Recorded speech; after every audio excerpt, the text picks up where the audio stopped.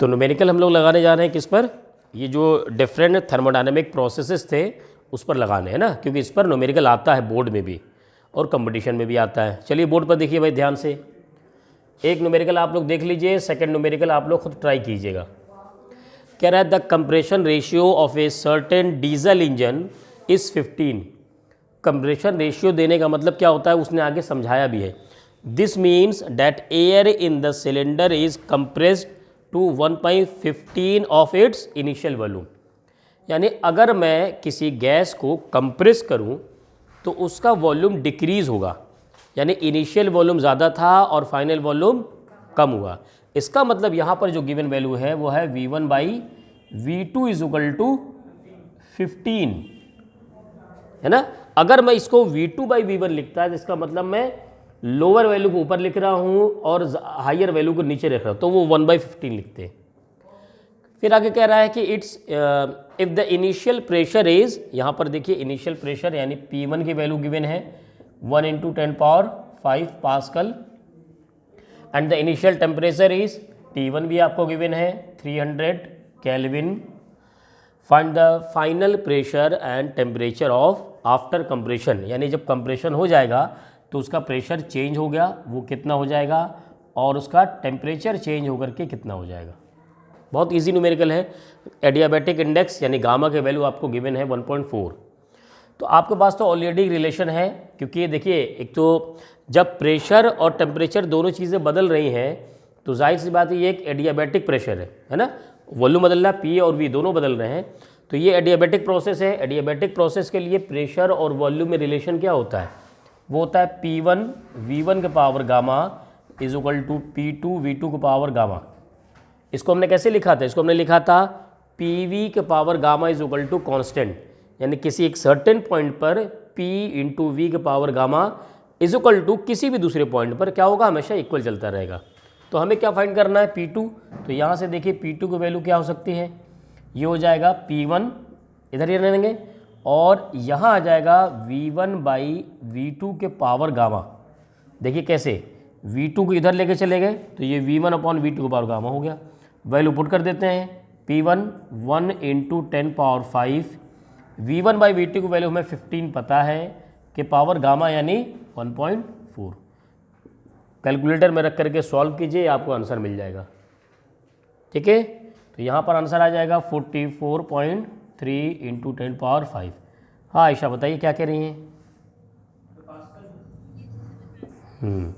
ऐसे ही जब आपको दूसरा फाइंड करना हो, सेकंड क्या कर रहा है, टेम्परेचर फाइंड करना है, तो टेम्परेचर और वॉल्यूम का भी रिलेशन आपको पता है क्या होता है भाई, टेम्परेचर और वॉल्यूम में रिलेशन। हाँ, T1 V1 के power gamma -1 is equal to T2 V2 के पावर गामा -1। अब आपको फाइंड करना है T2, तो यहाँ से T2 का रिलेशन बना दीजिए, ये हो जाएगा T1 और ये इसके नीचे जाकर हो जाएगा V1/V2 के पावर गामा -1। वैल्यू पुट कर दीजिए, T1 की वैल्यू 300 केल्विन इंटू V1/V2 15 के पावर 1.4 - 1। इसको सॉल्व करेंगे तो ये आ जाएगा 886 केल्विन T2। ये हो गया दूसरा आंसर है इसका। इजी न्यूमेरिकल होता है ना। चलिए नोट कीजिए, इसके बाद नेक्स्ट न्यूमेरिकल मैं आपको देता हूँ। सुमित कहाँ फंस गए थे। चलिए ये न्यूमेरिकल देखिए, ये उससे अच्छा न्यूमेरिकल है ना, इसका स्टैंडर्ड थोड़ा उससे ज़्यादा है। ध्यान दीजिए इधर, सुमित ध्यान दो, तीसरा न्यूमेरिकल सॉल्व होना चाहिए, समझ लेना। अब वो नहीं बताऊँगा मैं।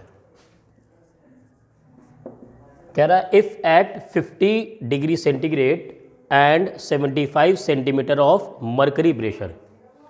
देखो प्रेशर को रिप्रेजेंट करने के मेथड अलग अलग होते हैं, कभी वाटर कॉलम में मेथड किया जाता है, कभी मरकरी कॉलम में। तो ये सिर्फ मेथड है उसको प्रेजेंट करने का, यानी एक तरीके से उसकी यूनिट है, ये समझो। इससे देख के घबराना नहीं कि सर मरकरी के फॉर्म में गिवन है, पहली बात हुई। अच्छा, तो इसको देखकर घबराना नहीं है, ठीक है। उसके बाद कह रहा है कि इनिशियल देखो कंडीशन बता दी, उसका प्रेशर बता दिया, उसका टेम्परेचर बता दिया कि pressure at A definite mass of gas is compressed. अब उसको कंप्रेस किया जा रहा है, तो जाहिर सी बात है कि कंप्रेशन हो रहा है तो प्रेशर बदल रहा होगा, वॉल्यूम भी बदल जाएगा, है ना। तो ये कह रहा है दो तरीके से कंप्रेस किया गया, एक तो स्लोली, दूसरा किया गया सडनली। यही से तुम्हें आइडेंटिफाई करना है कि प्रोसेस क्या है। आइसोथर्मल प्रोसेस में हम पिस्टन को बहुत स्लो चलाते हैं, कंप्रेशन बहुत स्लो करते हैं ताकि टेम्परेचर मेंटेन रहे, हमेशा इक्वल बनी रहे, यानी टेम्परेचर टी कांस्टेंट रहे। तो ये होगा आइसोथर्मल। एडियाबैटिक में हमारा काम ये होता है कि प्रोसेस को इतना फास्ट लेकर के जाओ, इतना फास्ट ताकि उसमें चेंजेस हो ही ना, समझ गए। इसीलिए क्या होता है, देन अब दो प्रोसेस के हमें फाइंड करना है। Then what will be the final pressure and temperature, हमें फाइनली क्या करना है, उसको जब कंप्रेस कर दिया गया उस वक्त उसका टेम्परेचर में चेंज होने के बाद नया टेम्परेचर और प्रेशर चेंज होने के बाद कितना प्रेशर हुआ, दो चीज़ें फाइंड करनी है। Of gas in each case, यानी दोनों केस के लिए अलग अलग फाइंड करना है। If the final volume is 1/4 of the initial volume, यानी जो फाइनल वॉल्यूम आ रहा है वो इस तरीके से हो जाएगा, फाइनल वॉल्यूम, इसको ऐसे लिख लो, अच्छा, V2 is equal to 1/4 V1, final volume is 1/4 of initial volume. तो यहाँ से एक रिलेशन क्या आ गया, V1/V2 इज इक्वल टू 4, एक रिलेशन तो आ ही गया। अब अगर आइसोथर्मल के लिए सॉल्व करना है तो फर्स्ट प्रोसेस अगर कहेंगे स्लोली है, इसका मतलब क्या होगा, आइसोथर्मल प्रोसेस। आइसोथर्मल के लिए क्या रिलेशन होता है, P1 V1 is equal to P2 V2। यहाँ से क्या फाइंड करना है आपको, P2 प्रेशर फाइंड करना है, तो P2 is equal to P1 V1/V2 हो जाएगा। P1 की वैल्यू आपको गिवन है, initial pressure 75 centimetre of Hg है, और V1/V2 की वैल्यू 4, तो कितना आ गया यहाँ से 300 centimetre of Hg। Last time आप लिखेंगे ये P2 की वैल्यू आ गई, एक आंसर आ गया। क्लियर है। दूसरी चीज़ देखिए, टेम्परेचर फाइंड करना है, इसी में टेम्परेचर भी, चूंकि ये आइसोथर्मल प्रोसेस, इसका मतलब T क्या होता है, कांस्टेंट होता है, तो क्या लिखेंगे, T1 is equal to T2 is equal to 50 degree centigrade. दूसरा आंसर कितना इजी न्यूमेरिकल है। आइए सेकंड प्रोसेस करते हैं। सेकंड के लिए क्या फाइंड करना है, सेकंड कह रहा है सडनली हो रहा है, इसका मतलब क्या होगा, एडियाबैटिक। एडियाबैटिक के लिए हमारे पास फॉर्मूला होता है P1 V1 का power gamma is equal to P2 V2 का पावर गामा। आपको प्रेशर P फाइंड करना है, तो P2 is equal to P1 V1/V2 के पावर गामा। कैसे मैं करता हूँ, V2 को मैं इधर लेके आऊँगा तो ये हो जाएगा V1/V2, और दोनों का पावर सेम है तो दोनों को सेम रख दिया पावर में।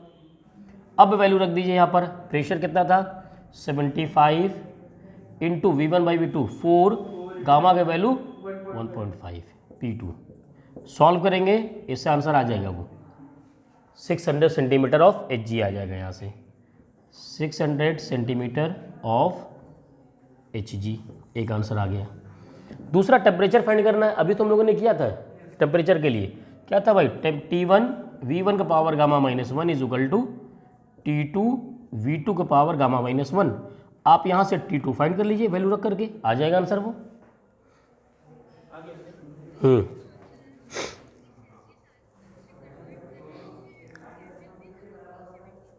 अच्छा, तो यहाँ पर ये केल्विन में आंसर है क्या, 373।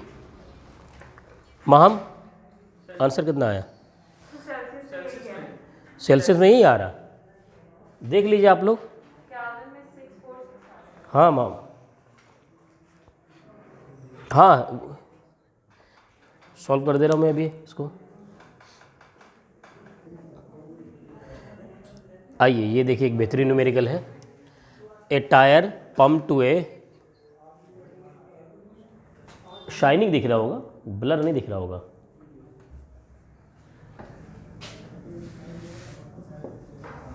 हाँ ए टायर, अच्छा एक सेकेंड ज़रा कीजिए।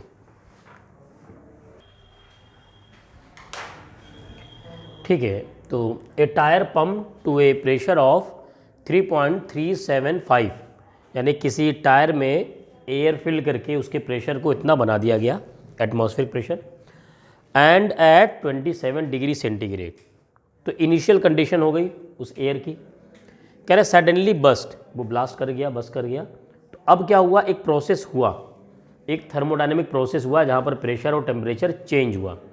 और जाहिर सी बात ये सडनली हुआ, ये क्या हो गया, ये हो गया, क्या हुआ, एडियाबैटिक हुआ।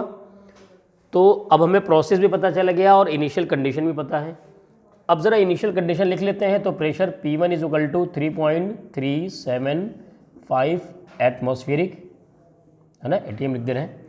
और इनिशियल टेम्परेचर उसका है 27 डिग्री सेंटीग्रेड। मैं इसको केल्विन में लगे हाथ फ़ौरन चेंज कर लेता हूँ, 300 केल्विन। और अगर ये बस्ट हुआ है तो ये क्या हो गया, ये हो गया एक एडियाबैटिक प्रोसेस। अब जाहिर से बात है जब ये बस्ट हुआ तो ये एयर कहाँ गया, वो जो गैस अंदर भरी थी एयर, वो कहाँ गया, वो तो एटमॉस्फेयर में आ गया। अब उस वक्त उसका एटमॉस्फेरिक प्रेशर कितना हो गया, 1 एटमॉस्फेरिक प्रेशर, यानी प्रेशर कितना यहाँ पर हो गया, P2 is equal to 1 ATM। Calculate the temperature of escaping air, आपको टेम्परेचर T2 कैलकुलेट करना है और गामा आपको गिवन है 1.5।